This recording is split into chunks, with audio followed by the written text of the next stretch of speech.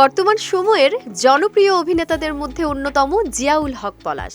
অল্প সময়ের মধ্যেই তরুণ দর্শকদের মন জয় করেছেন তিনি। নাটক, বিজ্ঞাপন কিংবা ওটিটি কন্টেন্ট, যে কোনো চরিত্রেই নিজেকে ফুটিয়ে তুলতে কোনো জুড়ি নেই তার। ব্যাচেলর পয়েন্ট ধারাবাহিক নাটকে অভিনয়ের কারণে এই অভিনেতার আসল নাম গেছে হারিয়ে। তাকে এখন নাটকের চরিত্র কাবিলা নামেই ডাকেন সবাই। শুধু কি দর্শক, পরিবারের অনেক সদস্যও তাকে কাবিলা নামেই ডাকেন। এমনকি কাবিলা নামে তাকে ডাকতে পছন্দ করেন অভিনেতার সহকর্মীরাও।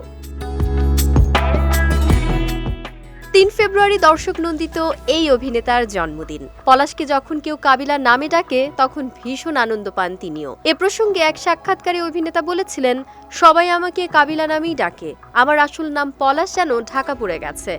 এমন অবস্থা হয়েছে, কখনো কখনো আমাকে পলাশ নামে ডাকলে হঠাৎ করে নিজের কাছে অন্যরকম মনে হয়। ২০১৮ সালে কাজল আরিফিন অমি পরিচালিত ব্যাচেলর পয়েন্ট ধারাবাহিক নাটকে অভিনয় করে দর্শক মহলে তুমুল জনপ্রিয়তা পান পলাশ। নাটকের পাশাপাশি নির্মাণের সঙ্গেও জড়িত রয়েছেন তিনি।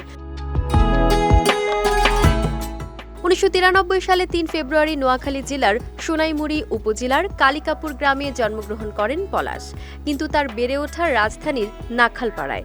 ২০১৩ সালে নির্মাতা ও অন্তর্বর্তী সরকারের সংস্কৃতি বিষয়ক উপদেষ্টা মোস্তফা সরওয়ার ফারুকীর ছবিয়ালের সঙ্গে কাজ শুরু করেন পলাশ। দীর্ঘদিন ফারুকীর সঙ্গে সহকারী হিসেবে কাজ করেছেন তিনি।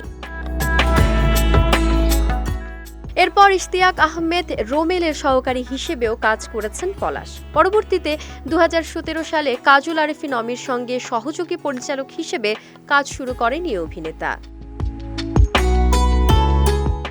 পলাশ অভিনীত উল্লেখযোগ্য নাটকের মধ্যে রয়েছে একটি সন্দেহের গল্প, journey by launch, just chill, bachelor point, ex girlfriend, network busy, bachelor trip, bachelor Eid, family crisis সহ বেশ কয়েকটি নাটক।